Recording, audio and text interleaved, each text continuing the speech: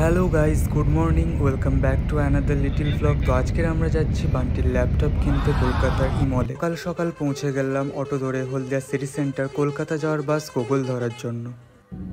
Kolkata two হলদিয়া বা হলদিয়া two Kolkata যাওয়ার জন্য এটি একটি গুরুত্বপূর্ণ ব্রিজ।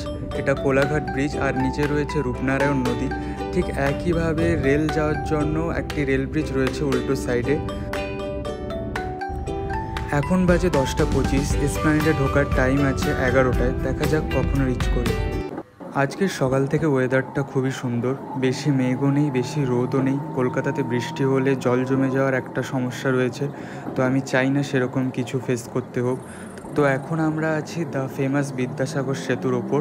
তো ব্রিজের এক সাইডে কাজ হওয়ার জন্য ওই সাইডের লেনটা বন্ধ রাখা হয়েছে, আর নিচে গঙ্গা নদী খুব সুন্দর দেখতে লাগছে।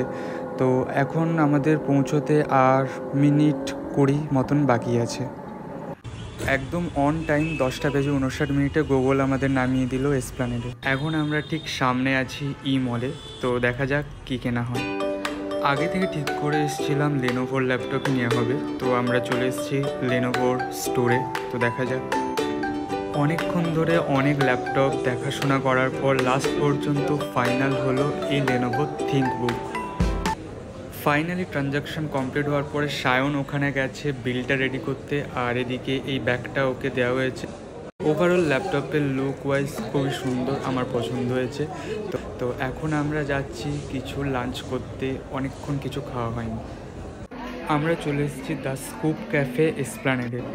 খাওয়ার অর্ডার করার পর প্রায় 15 থেকে 20 মিনিট ওয়েট করতে হয়েছিল। ওভারঅল ক্যাফের অ্যাম্বিয়েন্স খুবই ভালো ছিল। তো আমরা অর্ডার করেছিলাম চিকেন স্ট্রগানফ, ভেজ ফ্রাইড রাইস, ধনিয়া, কাঁচা লঙ্কা, মুরগি। ওভারঅল খাবারের কোয়ালিটি খুবই ভালো ছিল। আর লাস্টে অর্ডার করেছিলাম এই আইসক্রিমটা।